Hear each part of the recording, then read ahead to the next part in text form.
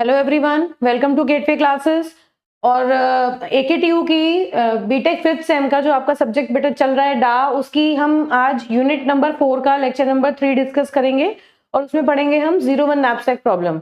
इसके already 3 units और 4th unit के 2 लेक्चर्स हम एप्लीकेशन में कंप्लीट कर चुके हैं और आज हम लेक्चर नंबर 3 डिस्कस करेंगे। जिन बच्चों को जानकारी नहीं है उनको मैं एक बार बता देना चाहती हूँ कि CSIT और उसके अलाइड ब्रांचेस के लिए CS फिफ्थ सेम का ये कोर्स आपको गेटवे क्लासेस की ऐप में अवेलेबल है और इसमें ये 3 कोर सब्जेक्ट्स हैं जिनकी detailed video lectures, lecture notes और जो AKTU PYQs हैं और साथ साथ उनकी 1 शॉट वीडियोस भी आपको एप्लीकेशन में बेटा अवेलेबल होंगी। तो आज का लेक्चर स्टार्ट करते हैं। तो बहुत इंपॉर्टेंट प्रॉब्लम है एग्जाम पॉइंट ऑफ व्यू से और प्रॉब्लम का नाम है 01 knapsack problem. This is very important for exam point of view. तो 01 नैपसैक प्रॉब्लम पढ़ने से पहले हम बेसिकली नैपसैक प्रॉब्लम पढ़ते हैं कि नैपसैक प्रॉब्लम क्या होती है। तो देखिए, मान लीजिए हमारे पास एक नैपसैक है। नैपसैक मतलब बैग, एक बैग है और उसकी मैक्सिमम कैपेसिटी हमें दी हुई है। जैसे मेरे पास एक बैग है, ये नैपसैक है जिसकी मैक्सिमम कैपेसिटी 15 kg है। मतलब 15 kg से ज्यादा अमाउंट, ज्यादा वेट हम इसके अंदर नहीं रख सकते। अब हमें क्या करना है, हमारे पास कुछ नंबर ऑफ ऑब्जेक्ट्स हैं, उन ऑब्जेक्ट्स में को उठा के हमें इस नैपसैक के अंदर प्लेस करना है और इस तरह से प्लेस करना है कि हर ऑब्जेक्ट के साथ, हर ऑब्जेक्ट के पास अपना एक अलग वेट है और हर ऑब्जेक्ट का अपना एक प्रॉफिट है कि मतलब इतने वेट का ऑब्जेक्ट अगर हम इस पर्टिकुलर नैपसैक के अंदर इंसर्ट करते हैं तो इतना प्रॉफिट हमें मिलता है, पर्टिकुलर अमाउंट ऑफ प्रॉफिट हमें मिलेगा हर ऑब्जेक्ट के हिसाब से। तो अब हमें क्या करना है, ऑब्जेक्टिव क्या है हमारा कि इनमें से ऐसे इस तरह से ऑब्जेक्ट्स को हम इस नैपसैक के अंदर फिल करें कि जो प्रॉफिट है हमारे पास, जो ऑब्जेक्ट्स के साथ मिलेगा हमें, वो मैक्सिमाइज हो जाए। We need to maximise the total profit earned. ठीक बात है। तो अब इस प्रॉफिट को मैक्सिमाइज करने के लिए अब जब भी हम ऑब्जेक्ट्स को ऐड करेंगे, तो हम इससे पहले हमने फ्रैक्शनल नैपसैक प्रॉब्लम पढ़ा था, उसमें क्या था कि जो ऑब्जेक्ट्स हैं वो डिविजिबल हैं। डिविजिबल ऑब्जेक्ट का मतलब क्या होता है कि ऑब्जेक्ट का अगर आप पूरा का पूरा ऑब्जेक्ट, मान लीजिए कि बैग में एक एक करके आपने ऑब्जेक्ट्स को डालना स्टार्ट किया है ना, और कुछ रिमेनिंग स्पेस मान लीजिए इसमें 5 kg का बचा, जबकि आपके पास जो ऑब्जेक्ट है वो 6 kg का है, तो आप क्या कर सकते थे, वो 6 पूरा ना डाल के उसका 6 में से 5 kg आप इंसर्ट बैग के अंदर कर लेते थे। इसका मतलब क्या था कि जब भी हम फ्रैक्शनल नैपसैक प्रॉब्लम की बात करते हैं, जो ऑब्जेक्ट्स हैं उनको हम डिविजिबल मान के चलते हैं कि जो ऑब्जेक्ट है उसका कुछ पार्ट भी हम नैपसैक के अंदर ले सकते हैं। लेकिन अब जो हम ये प्रॉब्लम डिस्कस कर रहे हैं इसका नाम है 01 नैपसैक प्रॉब्लम। 01 नैपसैक का मतलब क्या हुआ कि इस नैपसैक में या तो कोई ऑब्जेक्ट पूरा जाएगा या फिर कोई ऑब्जेक्ट बिल्कुल नहीं जाएगा, है ना। या तो कंप्लीटली इंसर्ट होगा नैपसैक के अंदर, पूरा ऐड करेंगे, या फिर उस ऑब्जेक्ट को हम बिल्कुल भी ऐड नहीं करेंगे। तो एक बार हल्का सा रिव्यू ले लेते हैं। अगर नैपसैक प्रॉब्लम लिखने के लिए आती है तो आपको क्या लिखना है, तो देखिए, there are given some objects and a knapsack.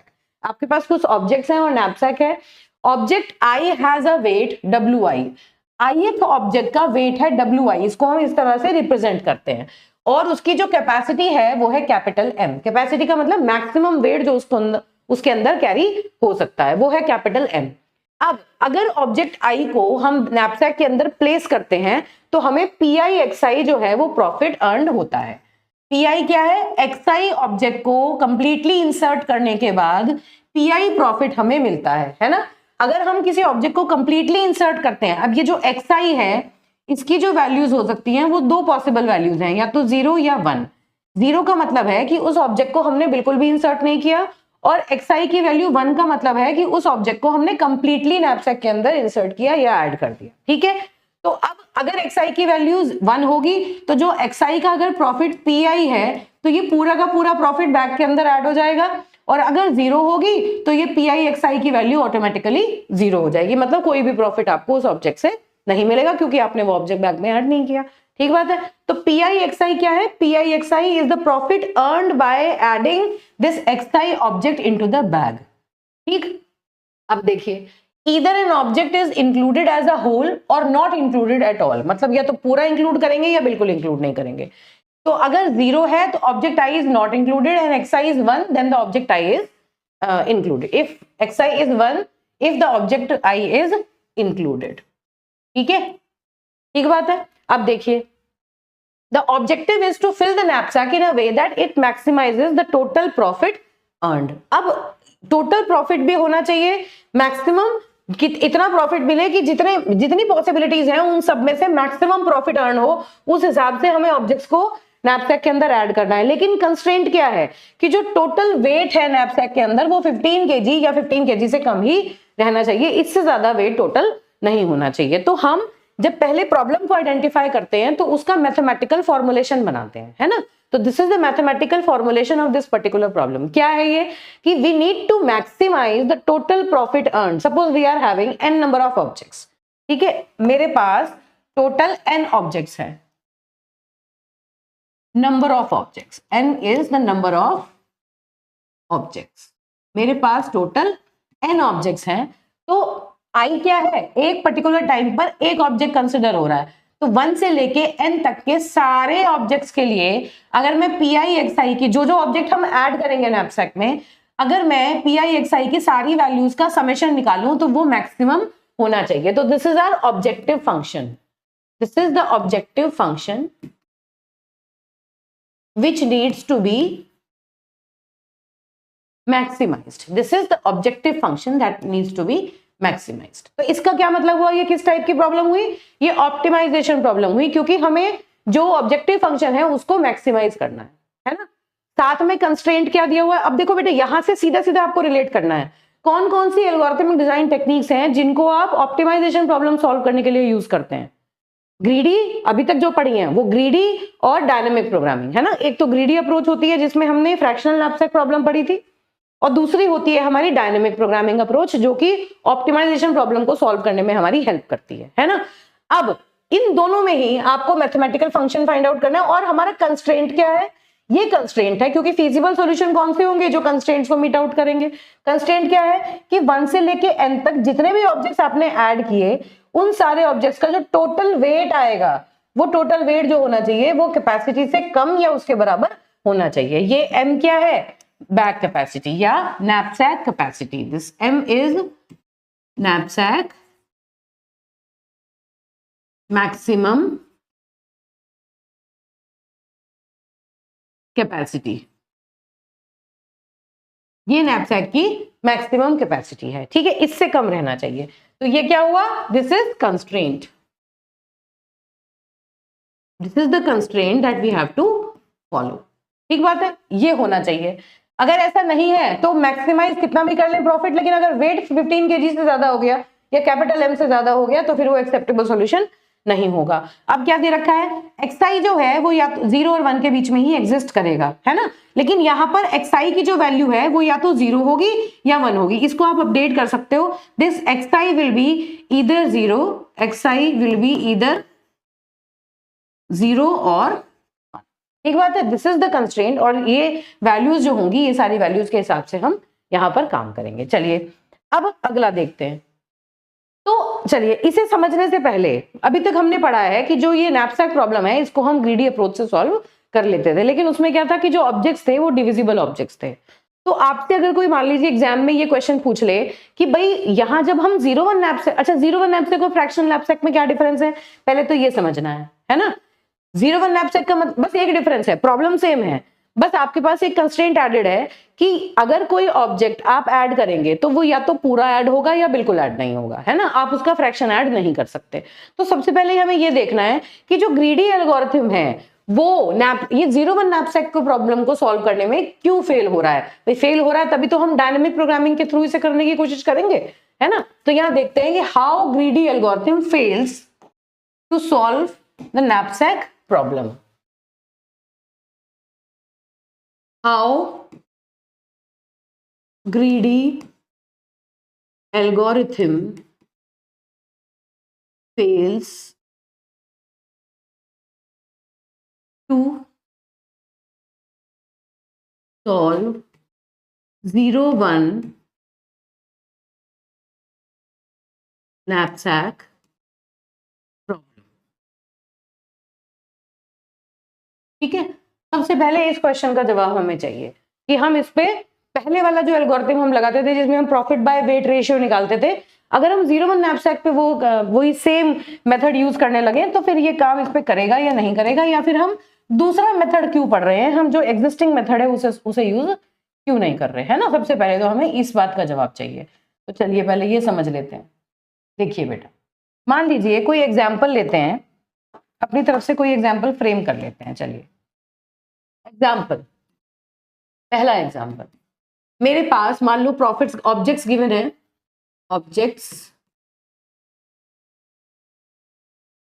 1 2 3, 3 objects हैं मेरे पास, ठीक है, और इनके प्रॉफिट्स लिख लेते हैं, वेट्स लिख लेते हैं। मान लीजिए वेट है इनके 10, 20 और 30, ये इनके वेट्स हैं। और उसके बाद प्रॉफिट मान लो इसका है 50, इसका है 80 और इसका है 90। सपोज मैंने ये वैल्यूज इसकी ले ली। सपोज हमने ये एक प्रॉब्लम फॉर्मुलेशन की है ना, कि आपके पास 3 ऑब्जेक्ट्स हैं और हर ऑब्जेक्ट का जो प्रॉफिट है वो मेंशन्ड है, वेट भी मेंशन्ड है, ठीक बात है। तो अगर मैं इस पर्टिकुलर प्रॉब्लम पे जो हमारी ग्रीडी अप्रोच कहती थी वो एल्गोरिथम अप्लाई करूं तो किस तरह से ये काम करेगा, जरा शॉर्ट में इसको करके देखते हैं। तो P/W अगर हम निकाल लें तो क्या होता है, P/W profit by weight, this is 5, this is 4 and this is 3, ठीक है। ये P/W रेशियो हमने इनका निकाल लिया। अब ये मान के चलते हैं कि ये जो बैग है, इस बैग की जो कैपेसिटी है वो है हमारी 50 kg, maximum capacity of the bag is 50 kg। अब इस पर्टिकुलर 0-1 नैपसैक प्रॉब्लम को हम ग्रीडी मेथड से सॉल्व करने की कोशिश करते हैं। तो देखो हमारा ये नैपसैक है और इस नैपसैक के अंदर सपोज अब जब हम यहाँ पर ग्रीडी मेथड यूज करेंगे तो ग्रीडी मेथड क्या कहता है कि जिसका P/W ज्यादा है, मैक्सिमम है, उस ऑब्जेक्ट को आप इंसर्ट करो। सबसे ज्यादा किसका है, ऑब्जेक्ट नंबर 1 का। तो मैंने क्या किया, ऑब्जेक्ट नंबर 1 को मैंने इंसर्ट कर दिया। टोटल कैपेसिटी बैग की मेरे पास कितनी थी, 50 kg, ठीक है। ये कितने का है, दिस इज 10 kg। तो मेरे पास अभी भी 40 kg रिमेनिंग है।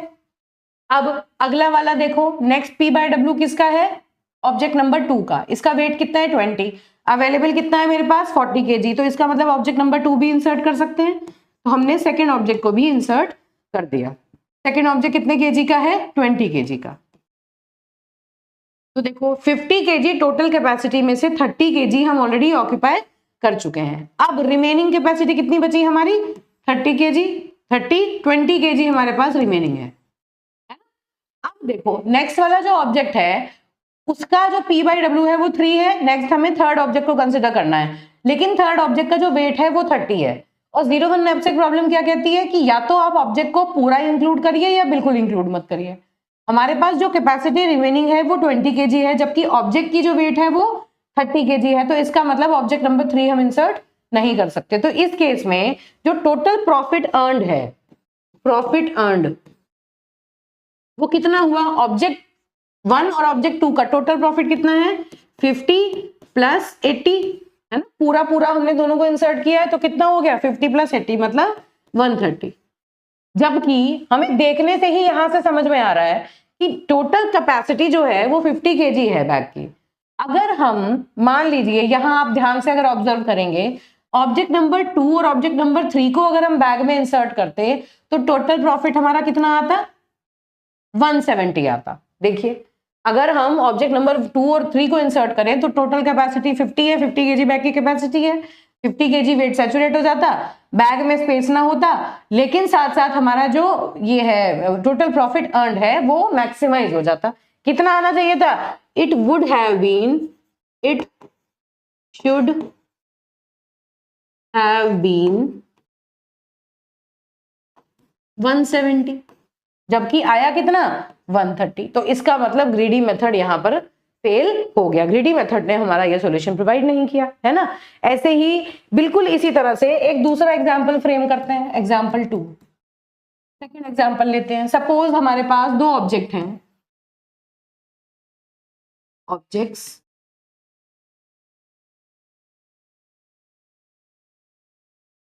ऑब्जेक्ट 1 और ऑब्जेक्ट 2, ठीक है। अब ये है प्रॉफिट्स और ये है हमारे पास वेट्स। सपोज प्रॉफिट है 2 और इसका वेट है 1, ऐसे ही प्रॉफिट है इसका सपोज 100 और वेट भी है 100, ठीक है। और जो मैक्सिमम कैपेसिटी है बैग की, m की जो वैल्यू है वो है 100। एक बात है। अब देखो, अगर मैं इस पे ग्रीडी मेथड लगाने लगूं तो ग्रीडी मेथड के हिसाब से जो P/W आएगा वो क्या आएगा, 2, और इसका क्या आएगा 1। तो अब नैपसैक में अगर हम इसे फिल करें तो सबसे पहले हम ऑब्जेक्ट नंबर 1 को इंसर्ट कर देंगे क्योंकि इसका P/W ज्यादा है ना। ऑब्जेक्ट 1 को अगर हमने यहाँ इंसर्ट किया तो इसने कितना केजी हमारा यूज किया, 1 केजी। बचे कितने हैं, 99 केजी। 99 केजी रिमेनिंग है। अब ऑब्जेक्ट नंबर 2 को क्या हम इंसर्ट कर सकते हैं, नहीं कर सकते। क्यों, क्योंकि ये तो 100 केजी का है, तो इस ऑब्जेक्ट को तो हम इंसर्ट कर ही नहीं सकते। तो हमें जो प्रॉफिट मिला वो कितना मिला, अर्न्ड प्रॉफिट मिला हमें सिर्फ 2, जबकि बैग की जो कैपेसिटी थी वो 100 केजी थी। अगर हम इस ऑब्जेक्ट के बजाय ऑब्जेक्ट नंबर 2 को इंसर्ट करते तो हमें कितना प्रॉफिट मिलता, 100 का प्रॉफिट मिलता। It would have been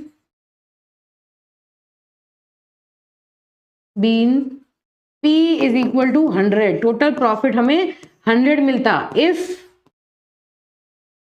object 2 was included first. तो इसका मतलब क्या हुआ कि जो ग्रीडी मेथड है वो 0-1 नैपसैक प्रॉब्लम को सॉल्व करने में फेल हो जाता है, ठीक है बेटा। तो इसलिए हम जो अब मेथड पढ़ेंगे 0-1 नैपसैक के लिए वो है डायनेमिक प्रोग्रामिंग का, हम उसमें यूज करेंगे। और डायनेमिक प्रोग्रामिंग क्या कहती है कि आप किसी भी प्रॉब्लम को फाइंड आउट करने के लिए उस प्रॉब्लम के स्टेजेस बनाइए, उसको स्टेजेस में डिवाइड कीजिए, हर स्टेज पर एक डिसीजन लीजिए और फिर फाइनली जब आप एक एक करके सारी स्टेजेस को क्रॉस कर लेंगे तो जो आपके पास आएगा वो ऑप्टिमल डिसीजन होगा, ठीक है। स्टेजेस की फॉर्म में हम सब प्रॉब्लम्स जनरेट करते हैं, उन सब प्रॉब्लम्स को हम एक एक करके सॉल्व करते हैं। तो डायनेमिक प्रोग्रामिंग अप्रोच से हम इस प्रॉब्लम को कैसे सॉल्व करेंगे ये हम देखेंगे। उससे पहले ये देखते हैं कि अगर मैं मान लो डायनेमिक प्रोग्रामिंग भी ना लगाऊं और मैं ब्रूट फोर्स मेथड लगा के देखूं कि मेरे पास अगर मान लो 4 ऑब्जेक्ट्स हैं, है ना, और 4 ऑब्जेक्ट्स हैं तो मेरे पास कितने कॉम्बिनेशंस बनेंगे, कितने तरीके से हम उसमें कितने सॉल्यूशंस हमारे पास हो सकते हैं। तो ब्रूट फोर्स मेथड ये कहता है कि आप एक एक करके अलग अलग सारे जितने भी ऑब्जेक्ट हैं उन सबके कॉम्बिनेशन बना के देखो और फिर फाइंड आउट करो कि मैक्सिमम प्रॉफिट कितना अर्न हुआ। तो देखिए, generate all subsets and check which subset generates the maximum profit. तो ये काम करने के लिए क्या है, 1 क्या कहता है कि आइटम कंसिडर हुआ, 0 कहता है कि वो कंसिडर नहीं हुआ। अगर मान लो मेरे पास टोटल नंबर ऑफ एलिमेंट्स या ऑब्जेक्ट्स n है और हर एक एलिमेंट की 2 वैल्यूज है, 0 या 1, तो उस पर्टिकुलर ऑब्जेक्ट को ऐड करने के लिए मेरे पास कितने पॉसिबल सॉल्यूशंस हो सकते हैं, फॉर नंबर ऑफ कॉम्बिनेशंस मेरे पास होंगे 2 raised to the power n। क्यों, n हमारे पास ऑब्जेक्ट्स हैं, है ना, और हर ऑब्जेक्ट दो वैल्यू ले सकता है, या तो 0 या 1। तो टोटल नंबर ऑफ सॉल्यूशंस मेरे पास कितने हैं, पॉसिबल सॉल्यूशंस, इतने पॉसिबल कॉम्बिनेशंस हमारे बन सकते हैं, जिसमें से हमें फाइंड आउट करना पड़ेगा कि कौन कौन, इतने पॉसिबल कॉम्बिनेशंस भी हम लिख सकते हैं, पॉसिबल कॉम्बिनेशन। तो ये एक अच्छा खासा एक्सपोनेंशियल टाइम है और इतने सारे कॉम्बिनेशन बना के फिर उनमें से कोई ऑप्टिमल कॉम्बिनेशन को सेलेक्ट करना इज वेरी टाइम कंज्यूमिंग। तो इसी काम को करने के लिए डायनेमिक प्रोग्रामिंग मेथड का हम यूज करते हैं। और डायनेमिक प्रोग्रामिंग ने इस काम को करने की हमें क्या अप्रोच दी, उस अप्रोच को पहले हम समझ लेते हैं। पहले यहां से देखते हैं, एक क्वेश्चन की हेल्प से, पहले मैं एक क्वेश्चन की हेल्प से आपको ये समझाने की कोशिश करूंगी कि क्या हमारा प्रोसेस रहेगा और फिर पीछे इसकी जो आइटरेटिव इक्वेशंस हैं उनको हम एक एक करके डिस्कस करते रहेंगे, ठीक है बेटा। तो चलिए पहले ये देखते हैं कि किस तरह से एक प्रॉब्लम को हम डायनेमिक प्रोग्रामिंग अप्रोच से सॉल्व करेंगे। किस तरह गिवन है, देखो हमें क्या करना है, 0-1 नैपसैक प्रॉब्लम हमें गिवन है, मैक्सिमम कैपेसिटी गिवन है बैग की, कितने ऑब्जेक्ट्स हैं ये गिवन है, और सबके प्रॉफिट और वेट्स दिए हुए हैं। मतलब ऑब्जेक्ट नंबर 1 का ये प्रॉफिट है और ये उसका वेट है, ऐसे ही 2 का प्रॉफिट और वेट, 3 का प्रॉफिट वेट और 4 का प्रॉफिट वेट हमें गिवन है। अब एक बात ध्यान रखनी है कि जब भी आप 0-1 नैपसैक मेथड आप यूज करें तो जो ऑब्जेक्ट्स हैं उनको इंक्रीजिंग वेट में आप अरेंज करेंगे।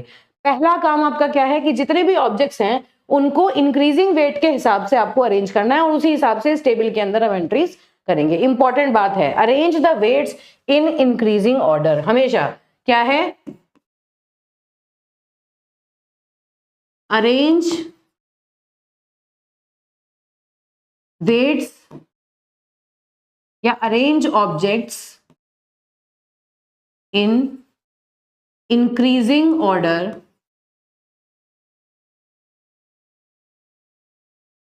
Of their weights. ऑब्जेक्ट्स को ऐसे अरेंज करेंगे कि उनका जो वेट है वो इंक्रीजिंग ऑर्डर में हो। तो अब देखो भाई कैसे करेंगे सॉल्व इस प्रॉब्लम को। अब देखो कैसे लिखे, क्या लिखा हमने, पहले हमने लिखे प्रॉफिट्स, यहां लिखे ऑब्जेक्ट्स 1 2 3 4, ये हमारे ऑब्जेक्ट्स हैं। प्रॉफिट्स लिख लेते हैं। देखो अब हम देख रहे हैं कि वेट जो है वो ऑलरेडी इंक्रीजिंग ऑर्डर में है, इसलिए मैंने ये चीज एक्सप्लिसिटली लिख दी। क्वेश्चन में अगर इंक्रीजिंग ऑर्डर में नहीं होगा तो आप जब उसे कंसिडर करें तो इंक्रीजिंग ऑर्डर में करें। ठीक है, प्रॉफिट देखिए 1 4 5 और 7, ये ऑब्जेक्ट का प्रॉफिट है। और ऑब्जेक्ट्स के वेट्स जो हैं वो प्रोवाइडेड है हमें 1 3 4 5। ठीक बात है। अब देखिए ये हमें गिवन है और इस गिवन इंफॉर्मेशन के हिसाब से हमें जीरो वन नैपसैक प्रॉब्लम को डायनामिक प्रोग्रामिंग से सॉल्व करना है। पहला जो स्टेप है आपको क्या करना है, आपको सबसे पहले हम टेबुलेशन मेथड से इस काम को करेंगे।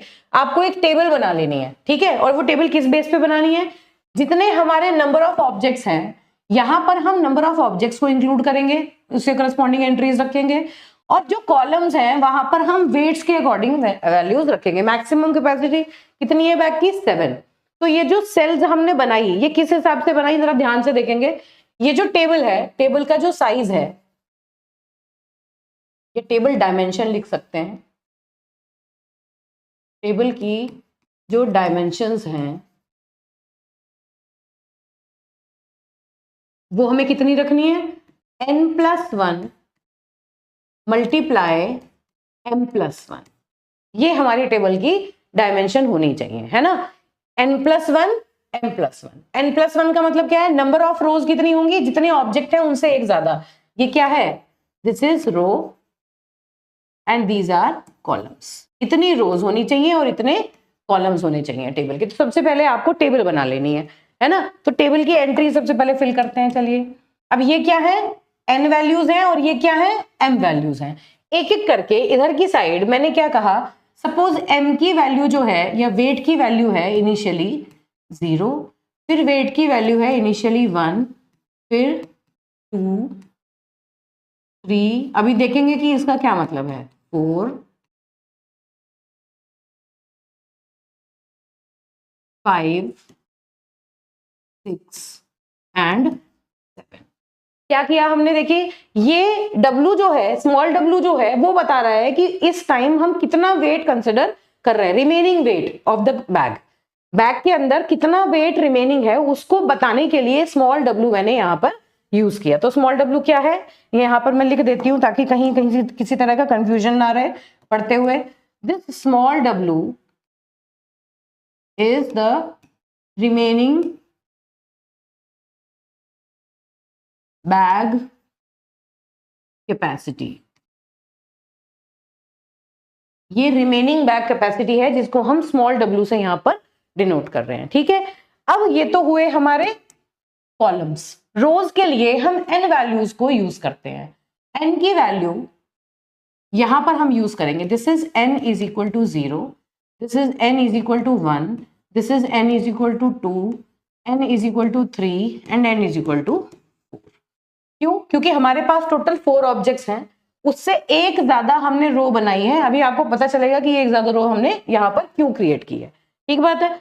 अब यहाँ पर हमें क्या लिखना है, प्रॉफिट लिखना है और वेट लिखना है। हर ऑब्जेक्ट के करस्पॉन्डिंग प्रॉफिट और वेट हमें यहाँ पर मेंशन करना है, ठीक है। अब देखो बेटा ध्यान से समझना, n का n इक्वल टू 0 का मतलब क्या है कि कोई भी ऑब्जेक्ट हमने बैग में इंक्लूड नहीं किया। n इज इक्वल टू 0 वाली रो क्या कहती है कि जब आपने कोई भी ऑब्जेक्ट इंक्लूड नहीं किया तो ये इस टेबल के जो सेल्स हैं, इस सेल के अंदर जो वैल्यूज हम फिल करेंगे वो वैल्यूज हमें प्रॉफिट प्रोवाइड करेंगी। टोटल प्रॉफिट जो अर्न हुआ वो एक पर्टिकुलर स्टेज तक का वो प्रॉफिट इन सेल्स के अंदर लिखा जाएगा, ठीक है। तो हम क्या किस तरह से समझते चलते, चलिए पहले वेट्स लिख लेते हैं। वेट इनिशियली हमने माना 0 से हम हमेशा प्रॉफिट और वेट को शुरू करेंगे कि अगर कोई ऑब्जेक्ट हम यूज नहीं करते, कोई ऑब्जेक्ट हमने कंसिडर नहीं किया तो प्रॉफिट भी 0 वेट भी 0। नहीं तो वेट कितना है 1 3 4 और 5, और प्रॉफिट जो अर्न होता है हमें उससे कितना होता है 1 4 5 7, है ना। हमने हर ऑब्जेक्ट का करस्पॉन्डिंग प्रॉफिट और वेट यहाँ पर लिख लिया। अब देखिए जब हम टेबल को फिल करेंगे तो ये टेबल किस हिसाब से फिल होगी। इस टेबल को फिल करने के बहुत सारे डायरेक्ट मेथड्स भी हैं जिसे आप, तो पहले हम बेसिकली क्या करेंगे, पहले जो इसका स्टैंडर्ड मेथड है जिसमें रिकर्सिव इक्वेशन है, उस रिकर्सिव इक्वेशन के हिसाब से हम एंट्रीज को कैलकुलेट करके इसे फिल करेंगे, और फिर ये सीखेंगे कि कुछ वैल्यूज को हम कैलकुलेट करे बिना डायरेक्टली भी फिल कर सकते हैं। तो साथ साथ इन चीजों को देखते चलेंगे। चलिए अब सबसे पहले इसकी कॉपीज बना लेते हैं क्योंकि ये टेबल काफी लंबी बनेगी, तो इसी टेबल में हम एंट्रीज कर लेंगे। चलिए देखते हैं बेटा।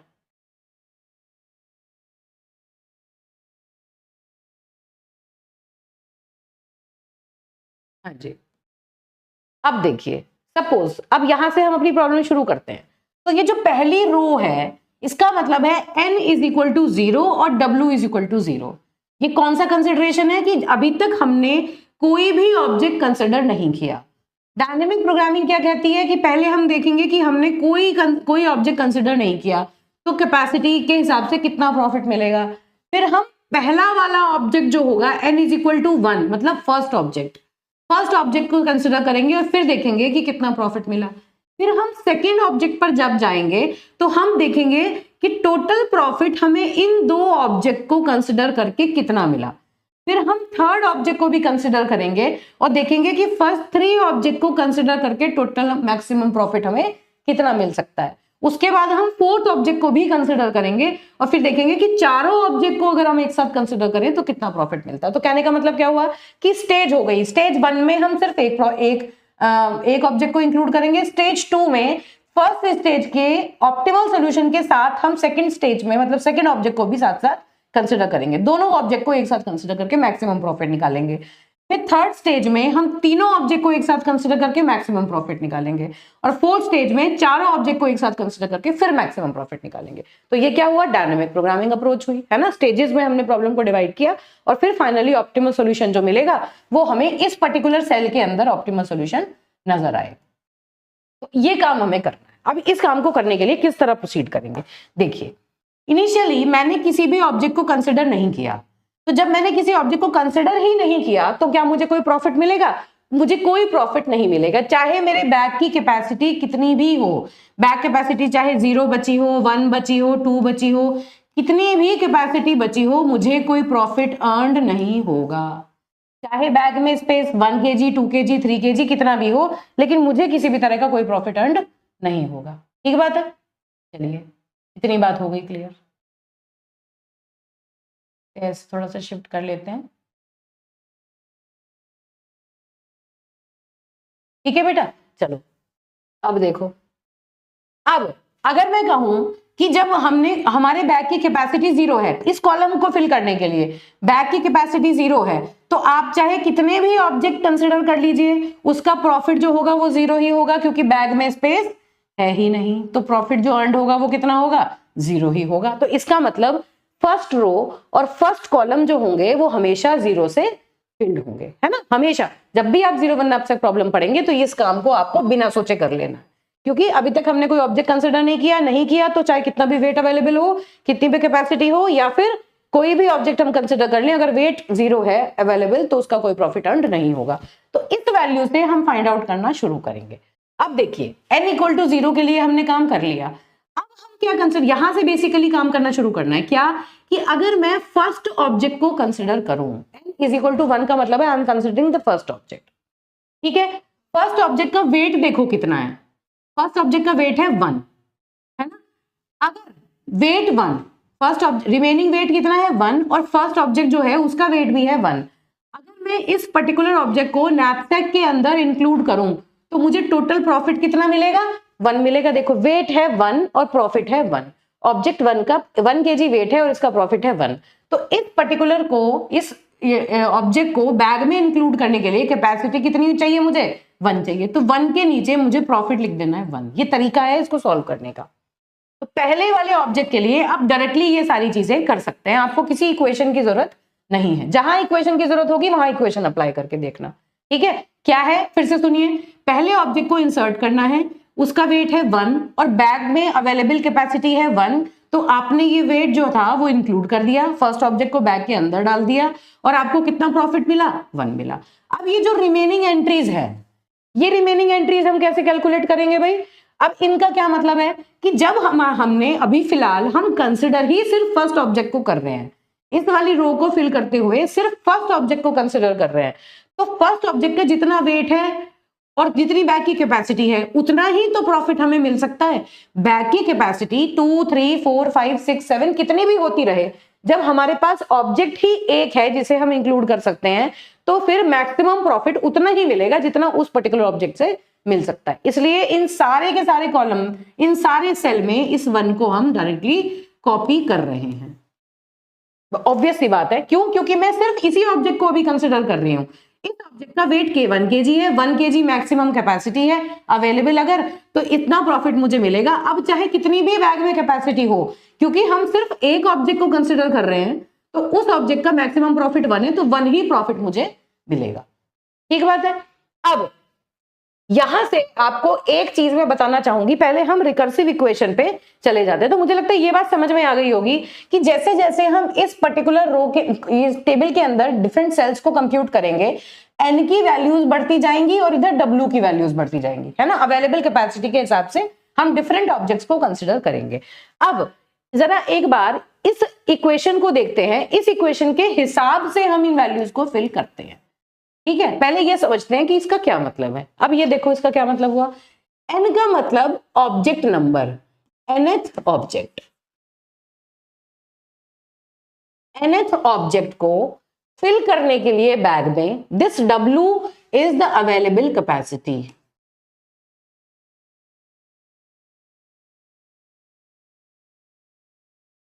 अवेलेबल कैपेसिटी का मतलब बैग में कितनी अवेलेबल कैपेसिटी है, nth ऑब्जेक्ट को फिल करना है। मतलब ये एक सेल की वैल्यू है, ये जो सेल है ये इधर n है और इधर w है, तो ये क्या कह रहा है, ये किसी एक पर्टिकुलर सेल को कैलकुलेट कर रहा है। VNW का मतलब क्या हुआ, ये क्या हुआ, रो नंबर, ये क्या हुआ, कॉलम नंबर। ये कैसे डिसाइड करेगा कि कौन सी वैल्यू उसमें आएगी? पहली दो रोज तो हमने ऑटोमेटिकली फिल कर ली, उसके लिए आपको किसी टेबल की, किसी इक्वेशन की रिक्वायरमेंट नहीं है। अब देखिए ये क्या कहता है कि मान लो मुझे कोई ऑब्जेक्ट बैग के अंदर इंक्लूड करना है ना, तो मेरे पास 2 ऑप्शन है। ऐसा हो सकता है कि जो ऑब्जेक्ट हम इंसर्ट करना चाहें उस ऑब्जेक्ट का वेट अवेलेबल कैपेसिटी से कम ज्यादा हो। मान लो मुझे यहां पर आ जाते हैं, देखिए सबसे पहले मुझे क्या करना है, वेट, अगला ऑब्जेक्ट मान लो मैंने कंसिडर किया n = 2 के लिए, इसका वेट कितना है, 3 kg, है ना। तो 3 kg और अवेलेबल कैपेसिटी कितनी है मेरे पास, 1 kg। क्या 1 kg में ये 3 kg हम रख सकते हैं? नहीं रख सकते। तो इसका मतलब क्या हुआ कि इस पर्टिकुलर ऑब्जेक्ट को कंसिडर करने पर मुझे कोई प्रॉफिट ऐड नहीं होगा, क्योंकि इस पर्टिकुलर ऑब्जेक्ट को हम प्लेस कर ही नहीं सकते। अगर हम इस ऑब्जेक्ट को कंसिडर नहीं कर सकते तो मैक्सिमम प्रॉफिट कितना होगा, ये जो ऊपर मिला है यही प्रॉफिट हमें मैक्सिमम मिलेगा। भाई इसका है 3 kg वेट, तो कैपेसिटी अगर 1 kg है तो भी हम इसे प्लेस नहीं कर सकते, 2 kg है तब भी हम इसे प्लेस नहीं कर सकते। इसका मतलब फर्स्ट स्टेज तक जो मैक्सिमम प्रॉफिट मिला था वही प्रॉफिट यहाँ पर बना रहेगा, यहाँ उससे और कोई बड़ी वैल्यू हमें नहीं मिलने वाली। तो आपको क्या करना है, इस केस में आपने ऊपर के सेल को एज इट इज नीचे कॉपी कर दिया। तो बस अब इस चीज को देखिए, क्या है ये, 2 केसेस हैं। इफ Wn, क्या है, Wn is weight of the nth object, this is weight of nth object. जिस ऑब्जेक्ट को आप कंसिडर कर रहे हो कि हम उसे इंक्लूड करें या ना करें, अगर उस ऑब्जेक्ट का वेट अवेलेबल कैपेसिटी से ज्यादा है तो उस केस में आप ऑब्जेक्ट को इंक्लूड नहीं कर सकते, है ना। इसका मतलब क्या हुआ कि object can not be included in the bag.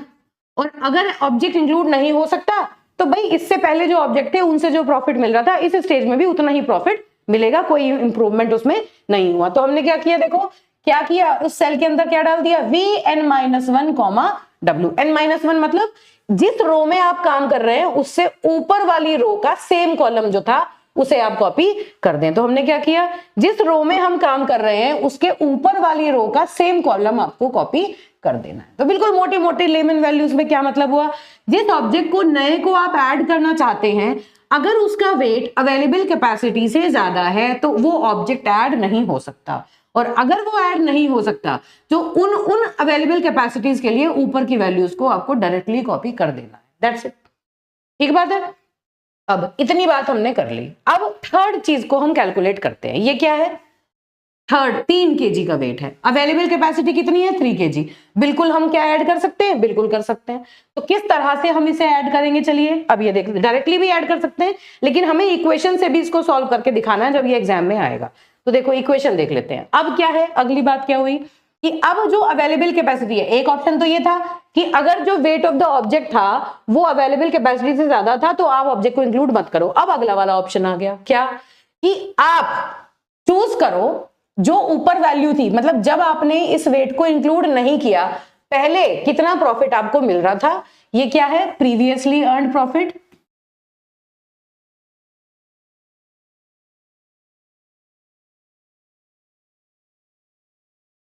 Previously earned profit मतलब अगर विदाउट कंसिडरिंग भी लिख सकते हैं, this is the profit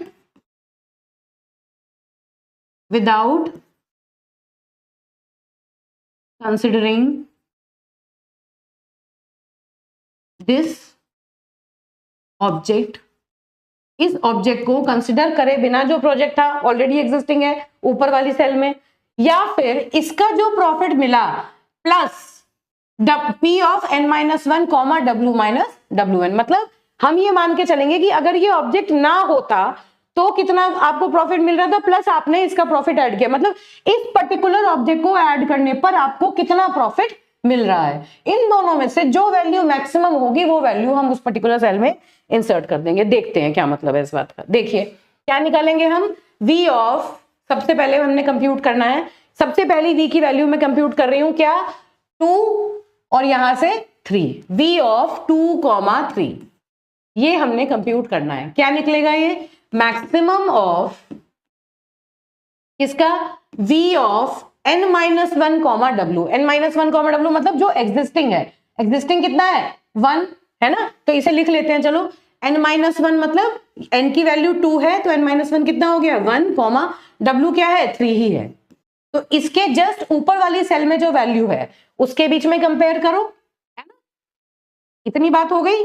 and comma P of this particular value, this अगर हम इस ऑब्जेक्ट को कंसिडर करते हैं तो हमें कितना प्रॉफिट मिलता है, 4 का प्रॉफिट मिलता है, प्लस V ऑफ n-1 कितना है 1, W minus WN। See this is W minus WN। W की वैल्यू यहां पर कितनी है 3, W की वैल्यू कितनी है 3 माइनस WN की वैल्यू कितनी है, जिस ऑब्जेक्ट को आप कंसिडर कर रहे हैं उसका वेट कितना है 3, अवेलेबल कैपेसिटी कितनी है 3, तो 3 माइनस 3 कितना हो गया 0। अब इन दोनों वैल्यूज को आपको कंप्यूट करना है, तो क्या आया ये, मैक्सिमम ऑफ V ऑफ 1,3, 1,3 कितना है 1, और दूसरा वाला क्या है 4 plus V of 1,0, V of 1,0 ये कितना है 0। इन दोनों में से मैक्सिमम वैल्यू कितनी आई 4।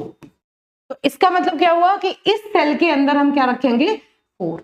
अगर हम इसे डायरेक्टली समझना चाहें तो डायरेक्टली का क्या मतलब है, अगर मैं इस ऑब्जेक्ट को कंसिडर करूं तो अवेलेबल कैपेसिटी है 3 और इसका वेट भी है 3, इस ऑब्जेक्ट को रखने के लिए कम से कम 3 kg मुझे चाहिए ही चाहिए।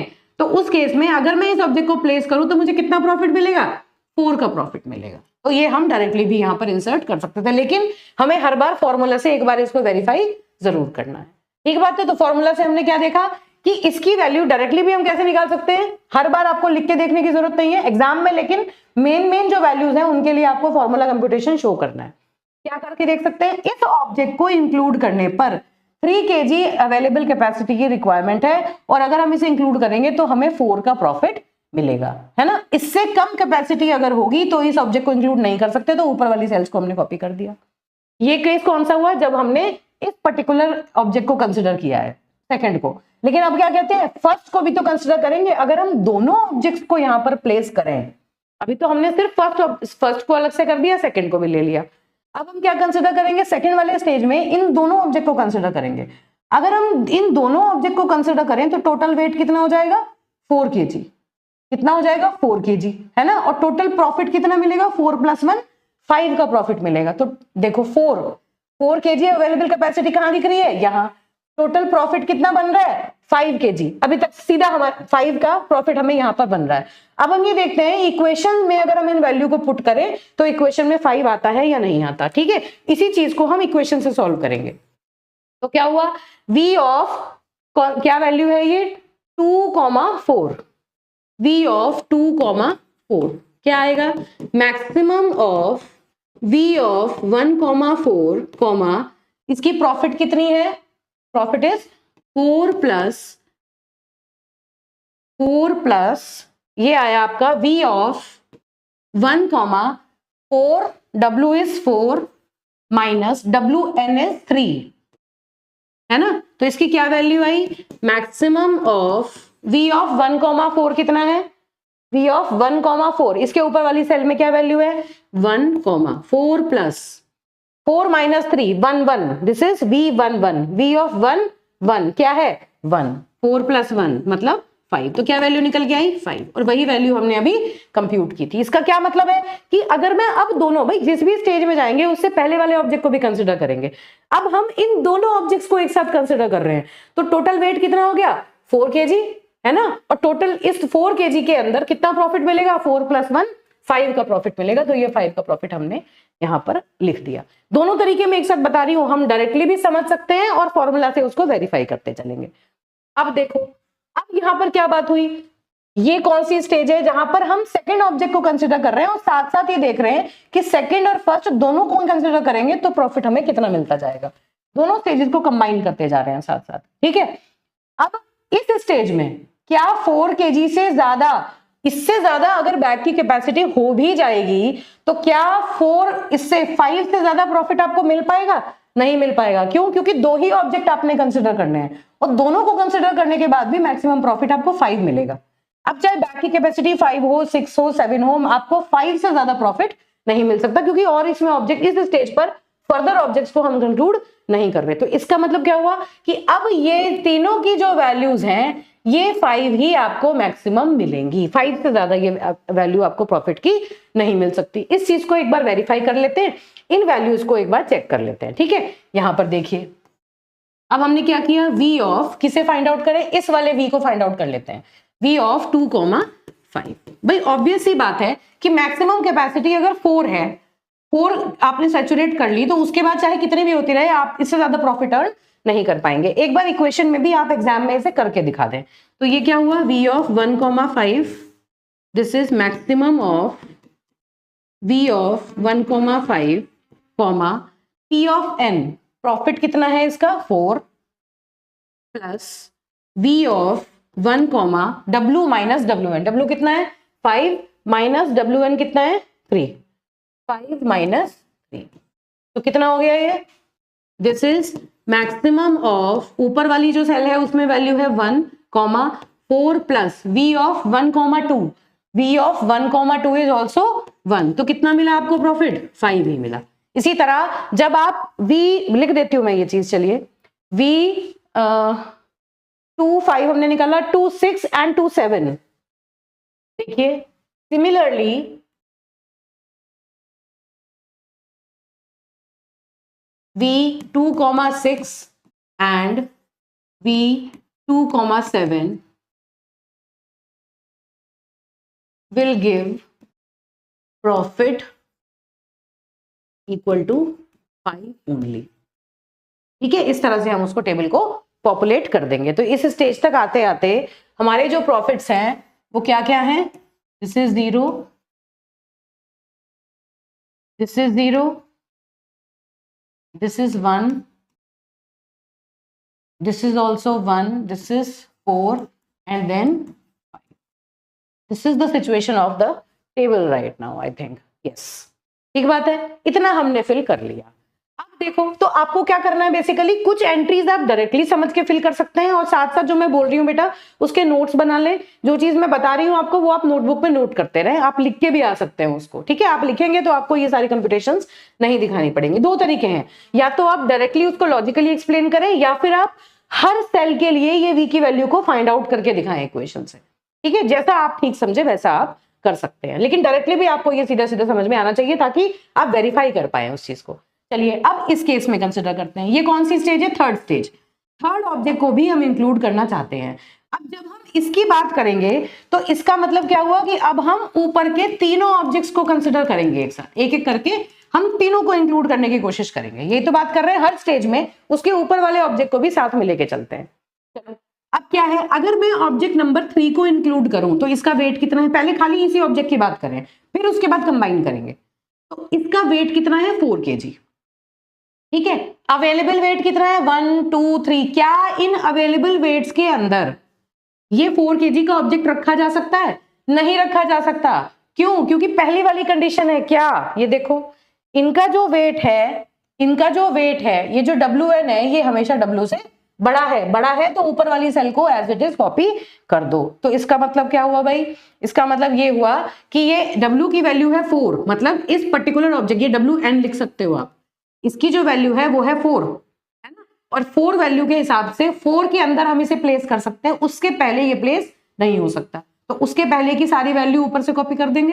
तो ये लो हमने एज इट इज ऊपर से वैल्यूज कॉपी कर दी, कंप्यूट करने की कोई जरूरत नहीं है। मैं लिख देती हूं इसमें V ऑफ क्या क्या वैल्यू है ये, this is 3 1 3 2 3 3, V of 3 1 3 2 and V of 3, 3 are copied from above cells as in these cases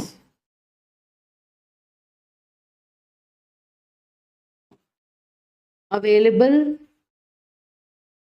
capacity is less than the object, या कौन सा, third, less than the weight of third object, third object के wait से कम है available capacity. तो ये value सीधी सीधी हमें copy करनी ही पड़ेंगी, ठीक बात है।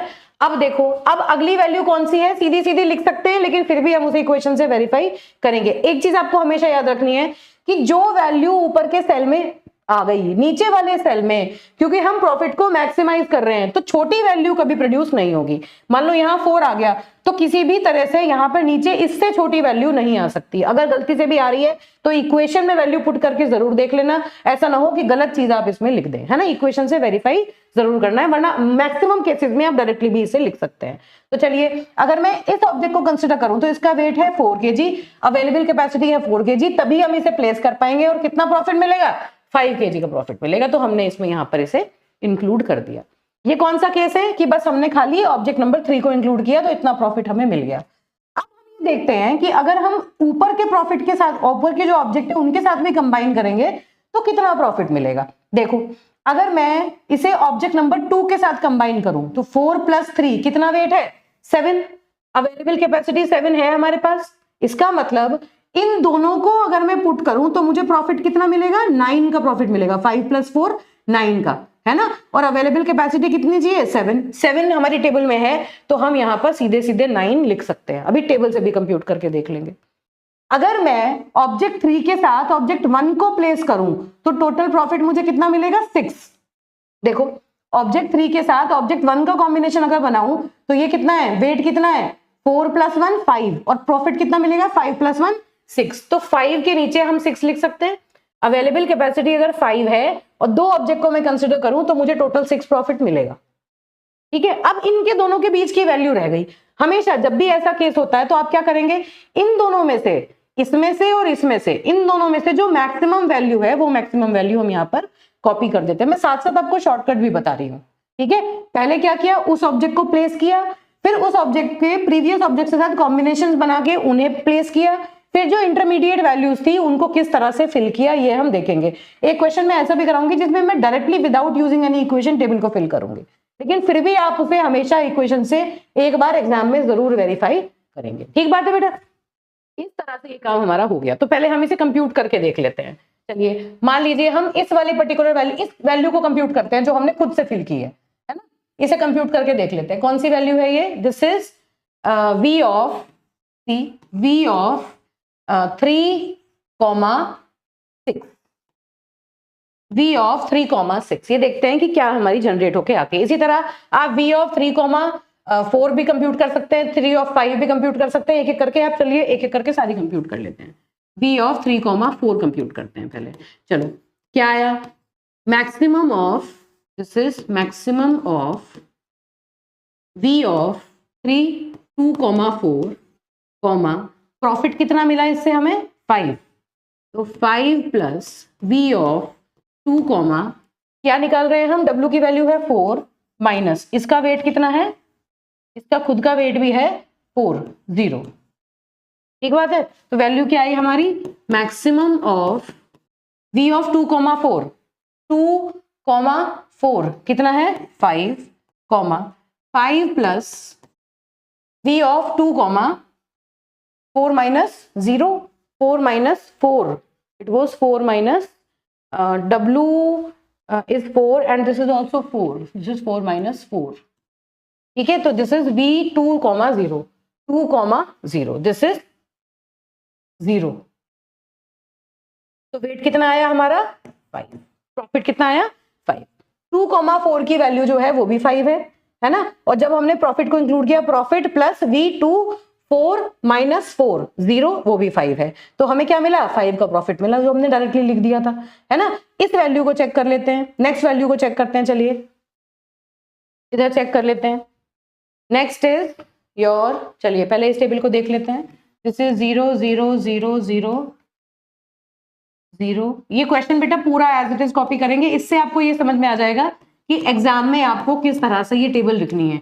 मैंने ये टेबल बार बार बनाई है ताकि हर स्टेप पे मैं आपको एक एक चीज दिखा सकूं। एग्जाम में आप एक बार टेबल बनाएंगे और उसको सॉल्व करके दिखाएंगे। दिस इज 1 1 4 5 5 5 5 और यहाँ पर 1 1, दिस इज 4, दिस इज 5 6 6 9, ये वैल्यूज हमने यहाँ पर कंप्यूट कर ली थी, ठीक बात है। अब देखिए ये वाला 5 हमने वेरीफाई कर लिया, अब हम इस वाली वैल्यू को वेरीफाई कर लेते हैं, 3,5 v ऑफ, चलिए देखिए v ऑफ 3,5 कैसे आएगा, maximum of v of 2,5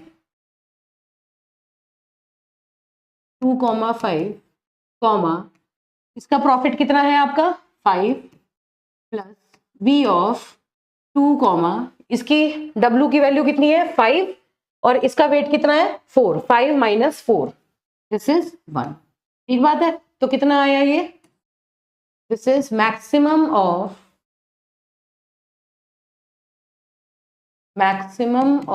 v 2,5, 2,5 is 5 comma 5 plus v 2,1, 2,1, this is 1, तो see this is 6 and this 6 is placed, है ना। बिल्कुल एग्जैक्टली इसी तरीके से आप v6 को भी कंप्यूट कर सकते हैं, 3,6 कंप्यूट कर लेते हैं।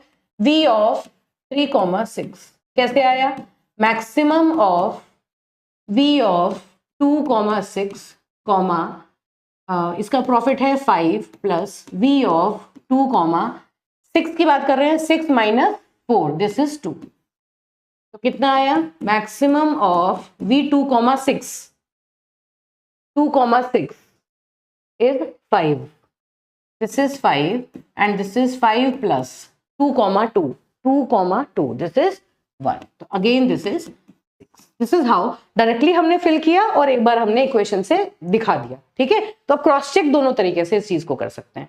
अब ये जो अगर हम इन दोनों ऑब्जेक्ट को एक साथ कंसिडर करें तो मैक्सिमम प्रॉफिट कितना मिला 9, इसको भी चेक कर लेते हैं। तो 3,9 चेक करते हैं, v ऑफ 3,9 कैसे होगा, maximum of 3,7, v of 3,7 is equal to maximum of v of 2,7 comma इसका कितना है आपका प्रॉफिट जो है वो कितना है 5 plus v of 2,7 minus 4, this is 3, ठीक है। तो कितना आया, मैक्सिमम ऑफ 2,7 इज 5, मतलब ऊपर वाली सेल देखो कुल मिला के बात क्या हो रही है, ये देखो कि भाई इस टाइम पर इतनी कैपेसिटी पर एग्जिस्टिंग प्रॉफिट आपको मैक्सिमम कितना मिल रहा है, क्या उससे ज्यादा मिल रहा है? इसको ऐड करने के बाद प्रॉफिट कुछ ऐड हुआ क्या? अगर हुआ तो ऐड करो, वरना इसी को कॉपी कर दो, इसका ये तो मतलब है। तो ये क्या हुआ, this is 5 plus V2, 3, 2, 3 is 4, तो सी दिस इज 9। तो इस तरह से ये टेबल की जो एंट्रीज थी हमने यहाँ पर कैलकुलेट कर ली। मुझे लगता है अब तक आपको ये बात समझ में आ गई होगी। हम डायरेक्टली अब मैं लास्ट वाली जो रो है उसको डायरेक्टली कॉपी करते हैं। चलिए अब देखो, अभी हमने 2 ऑब्जेक्ट कंसिडर किए, ये थर्ड को देखा तो थर्ड और सेकंड को कंबाइन किया तो 7 आई कैपेसिटी, 7 पे वेट जो प्रॉफिट जो था वो 9 मिल गया।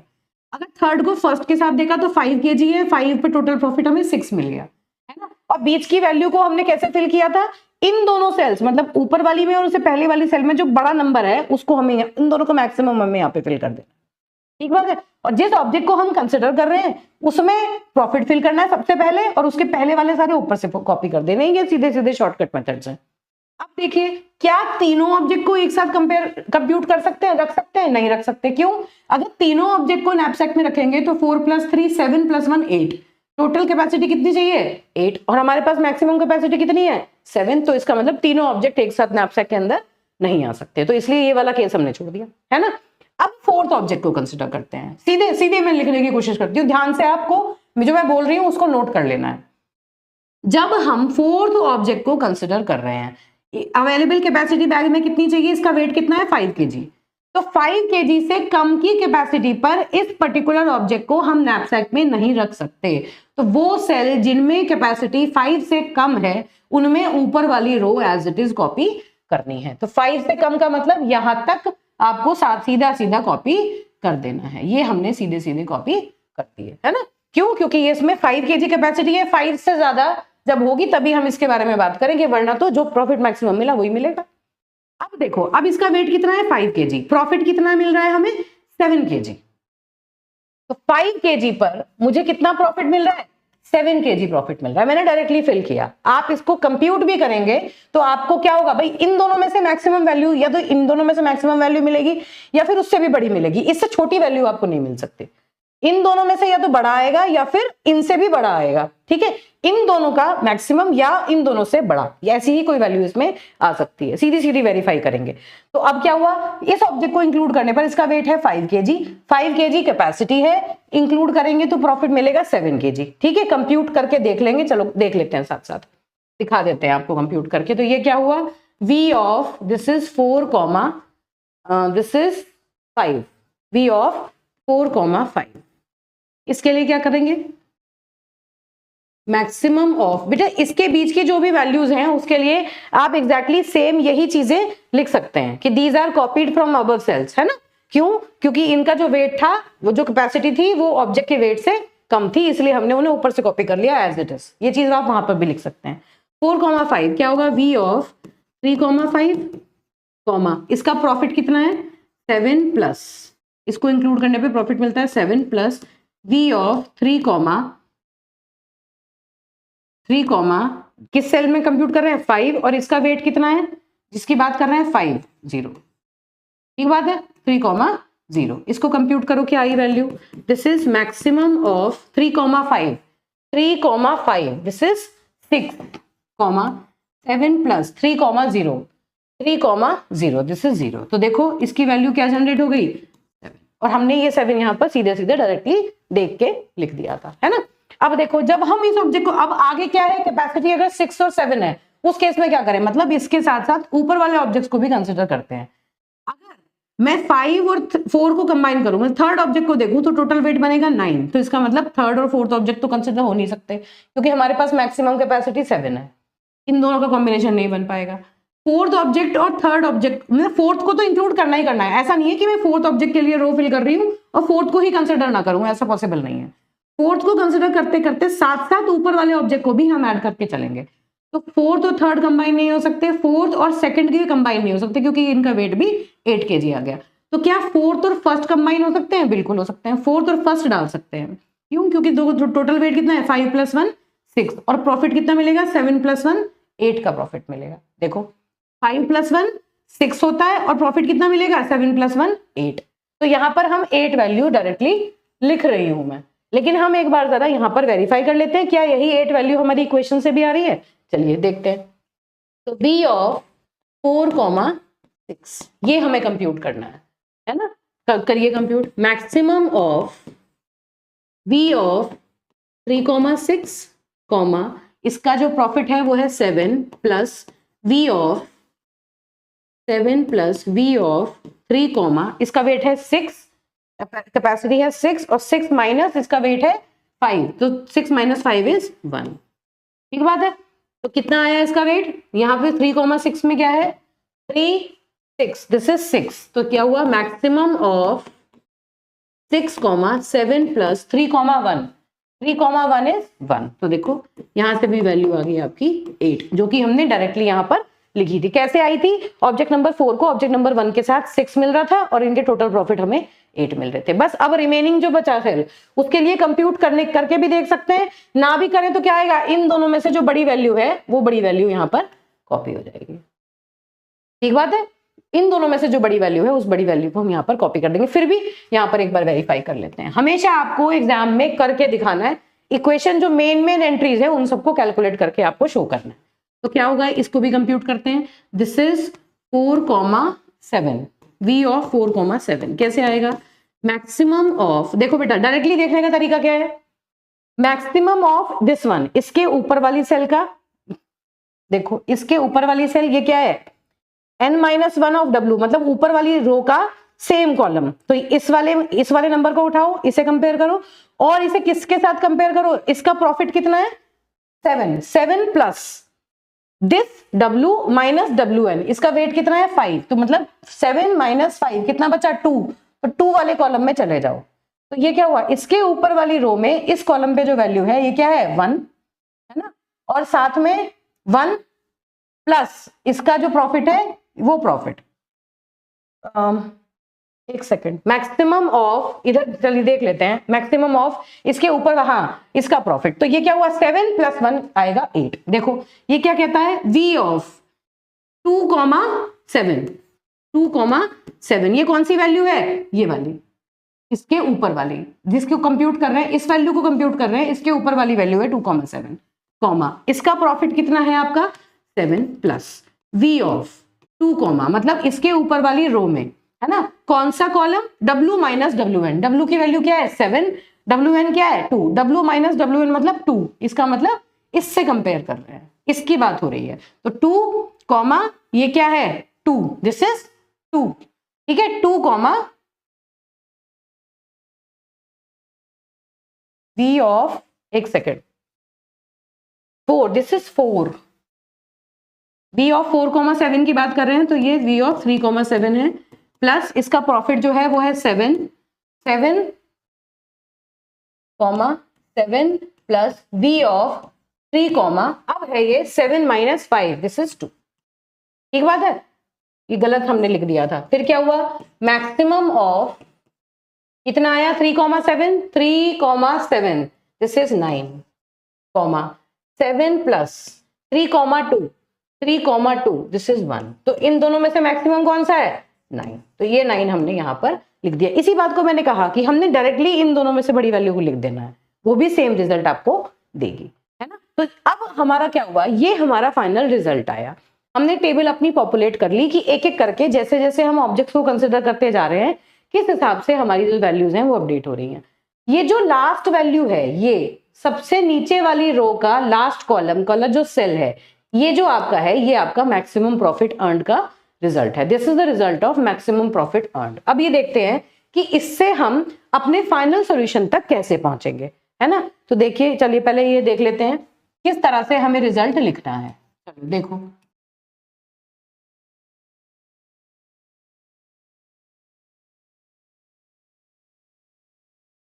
ये आया था हमारा, और फिर उसके बाद 1 1, this is 1 1 4 5 5 5 5 and then 1 1 4 5 6 6 9, 1 1 4 5 6 6 9 and this was 1 1 4 5 7 8 9, 1 1 4 5 7 8 9, ये हमारा मैक्सिमम प्रॉफिट है। ठीक बात है। अब हमें ये देखना है कि हमारा रिजल्ट क्या है। रिजल्ट हमें कैसे देना है बेटा, किस तरह से देना है, देखो रिजल्ट में हमें एक सॉल्यूशन वेक्टर देना है, जैसे हमने फ्रैक्शनल नैपसैक में दिया था, और उस सॉल्यूशन वेक्टर में हमें हर एक ऑब्जेक्ट के करस्पॉन्डिंग लिखना है कि कौन सा ऑब्जेक्ट हमने इंक्लूड किया और कौन सा ऑब्जेक्ट हमने इंक्लूड नहीं किया। तो ये अगर हम 4 ऑब्जेक्ट है हमारे पास, तो 4 ऑब्जेक्ट के corresponding x1 x2 x3 x4 की वैल्यूज हम लिखेंगे, कौन सा ऑब्जेक्ट हमने डाला। अब देखो क्या करना है, आपको बॉटम अप अप्रोच फॉलो करनी है। क्या है मैक्सिमम प्रॉफिट? 9। सबसे पहले क्या देखना है, सबसे पहली बार 9 कब आया था इस टेबल में। सबसे पहले 9 कहां आया था? इस वाली रो में आया था, और ये रो कौन सी है? जिसमें हमने थर्ड ऑब्जेक्ट को ऐड किया है। मतलब ये जो 9 प्रॉफिट पहली बार जनरेट हुआ, ये कब जनरेट हुआ? जब हमने थर्ड ऑब्जेक्ट को इंक्लूड किया। इसका मतलब थर्ड ऑब्जेक्ट हमारे सॉल्यूशन का पार्ट होगा। थर्ड ऑब्जेक्ट को इंक्लूड करने पर हमें 9 मिला था प्रॉफिट, ठीक है। टोटल प्रॉफिट अर्न्ड हमें 9 मिला था। अब हम क्या देखेंगे, थर्ड ऑब्जेक्ट, सिर्फ अगर मैं थर्ड ऑब्जेक्ट की बात करूं तो उसने कितना प्रॉफिट दिया था मुझे? 5। लेकिन थर्ड ऑब्जेक्ट को बैग में डालने के बाद मुझे मैक्सिमम प्रॉफिट 9 मिलना शुरू हो गया था, है ना। तो अब रिमेनिंग प्रॉफिट कितना बचा?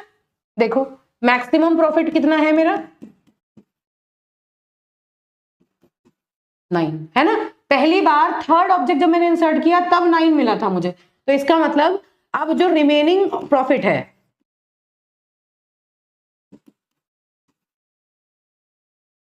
Is equal to 9 minus profit of third object, है ना। तो कितना आया? 9 माइनस थर्ड ऑब्जेक्ट का प्रॉफिट कितना था? 5। तो इसका मतलब रिमेनिंग प्रॉफिट कितना बचा मेरे पास? 4 बचा, है ना। 4 बचा।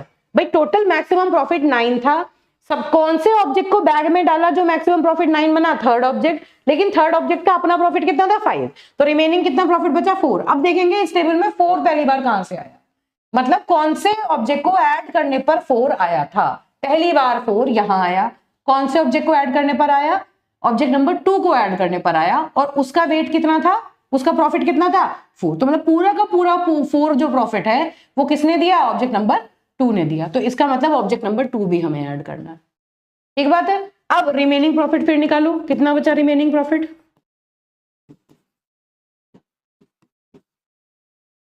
कितना बचा? 4 माइनस फोर्थ ऑब्जेक्ट का प्रॉफिट कितना है? 4 बचा, कितना? 0।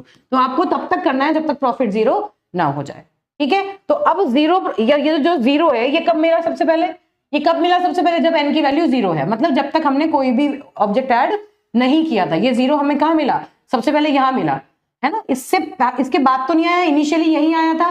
और ये केस कौन सा था? जब तक हमने कोई भी ऑब्जेक्ट ऐड नहीं किया था। इसका मतलब फाइनली हमने ऑब्जेक्ट 2 और ऑब्जेक्ट 3 को ही ऐड किया है, तब हमारा जो मैक्सिमम प्रॉफिट था वो आया है, और रिमेनिंग जो ऑब्जेक्ट्स हैं वो हमने ऐड नहीं किए। अब यहां से देख लेते हैं मैक्सिमम प्रॉफिट 2 और 3 का। 2 और 3 का मैक्सिमम प्रॉफिट देखिए 5 + 4 9 है, और वही 9 हमें यहां से मिल रहा है ना। तो इसका क्या मतलब हुआ सॉल्यूशन का? ऑब्जेक्ट्स, आंसर क्या है? Object 3 and object 4 are added in the bag to gain maximum profit of 9।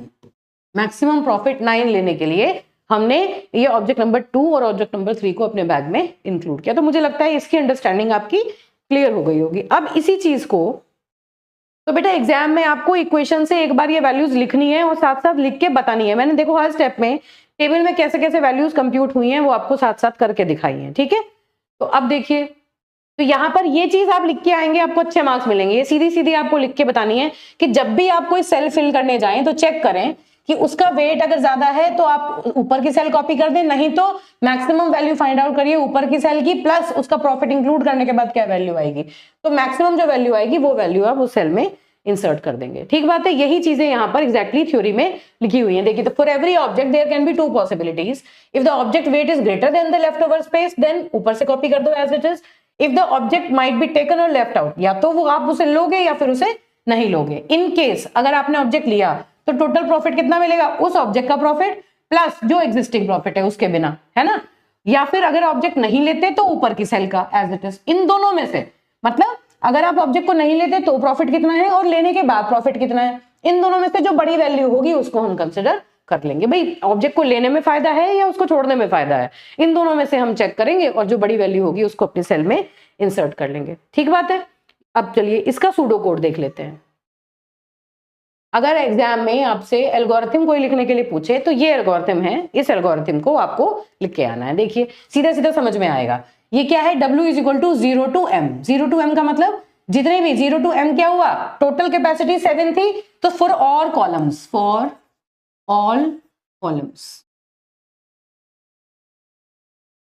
Of first row,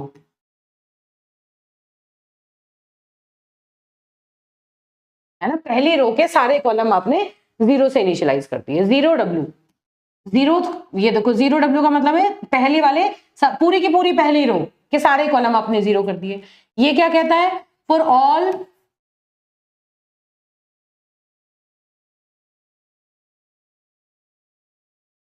columns, for all rose of first column, है ना, पहले कॉलम की सारी रो।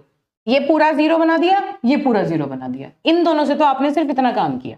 अब आप क्या कर रहे हैं, W is equal to 1 to M। भाई 0 वालों के लिए तो आपने सारे 0 0 फिल कर लिए, 1 से लेके M तक मतलब सारी सेल्स के लिए क्या कर रहे हैं, अगर जो नया ऑब्जेक्ट आप कंसिडर कर रहे हैं उसका वेट अवेलेबल कैपेसिटी से कम है या बराबर है, तो उस केस में आप ये दो वैल्यू कैलकुलेट करते हैं। अगर Pn plus V of n minus 1 comma W minus WN की वैल्यू ऊपर वाली सेल से ज्यादा है तो आप ये वाली सेल को, ये वाली वैल्यू को इंक्लूड कर देंगे, नहीं तो जो ऊपर वाली वैल्यू है उसको एज इट इज इंक्लूड कर देंगे। बिल्कुल सीधी सीधी बात है, जो हमने पढ़ी है उसी चीज को हमने सूडो कोड में यहाँ पर लिख रखा है। अगर ऑब्जेक्ट का वेट अवेलेबल कैपेसिटी से कम है या उसके बराबर है तो आप प्रॉफिट ऐड करके जो वैल्यू करते हैं उसे फाइंड आउट कीजिए। अगर वो ऊपर वाली ऑलरेडी प्रॉफिट एग्जिस्टिंग से ज्यादा है तो फिर उस सेल में वही नंबर आएगा, नहीं तो ऊपर वाली सेल को एज इट इज कॉपी कर देंगे। ठीक बात है। अब ये कौन सा केस हुआ, ये हुआ कि अगर object consider, if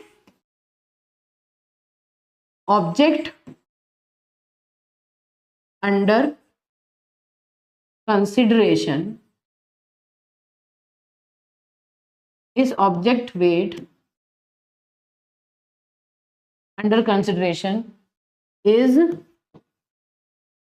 less than or equal to remaining bag capacity। अगर जो ऑब्जेक्ट है उसकी रिमेनिंग बैग कैपेसिटी से कम है या उसके बराबर का है तो उस केस में आप मैक्सिमम वैल्यू फाइंड आउट करेंगे। और ये एल्स वाला कौन सा हुआ, if object weight is greater then remaining capacity. अगर ऑब्जेक्ट का वेट रिमेनिंग कैपेसिटी से ज्यादा है तो फिर उस केस में क्या करो, बस ऊपर वाली सेल को कॉपी कर दो क्योंकि इस ऑब्जेक्ट को आप इंक्लूड नहीं कर सकते। और फिर फाइनली क्या करना है, V ऑफ NOM, मतलब लास्ट वाला जो कॉलम है उसकी लास्ट रो का लास्ट कॉलम वाली जो सेल है उसको रिटर्न करना है, वो आपका मैक्सिमम प्रॉफिट होल्ड करके बैठा होगा। ठीक है। तो टोटल जो कॉम्प्लेक्सिटी है इस वाले एल्गोरिथम की, टाइम कॉम्प्लेक्सिटी, वो है big O of N cross M। ये जो टाइम कॉम्प्लेक्सिटी है बेटा, ये एग्जाम में डायरेक्टली लिखने के लिए आती है। यहाँ क्या है, N क्या है, नंबर ऑफ ऑब्जेक्ट्स, और M क्या है आपका मैक्सिमम बैग कैपेसिटी। ये इसकी टोटल टाइम कॉम्प्लेक्सिटी है। ठीक बात है। तो ये वाला जो लेक्चर है बेटा ये आपको 2 पार्ट में मिलेगा, क्योंकि जैसा कि मैं देख सकती हूँ ये ऑलरेडी 1 आवर हो गया है और अभी मुझे इससे इंपॉर्टेंट 2-3 प्रॉब्लम्स मुझे और डिस्कस करनी है ताकि आपको इस कंसेप्ट की क्लैरिटी अच्छे से बन जाए। इंपॉर्टेंट कॉन्सेप्ट है और इसमें हम AKTU के भी कुछ क्वेश्चंस अभी डिस्कस करेंगे। तो इसका पार्ट नंबर 2 आपके पास आएगा, उसमें हम ये रिमेनिंग चीजें सॉल्व करेंगे। Thank you.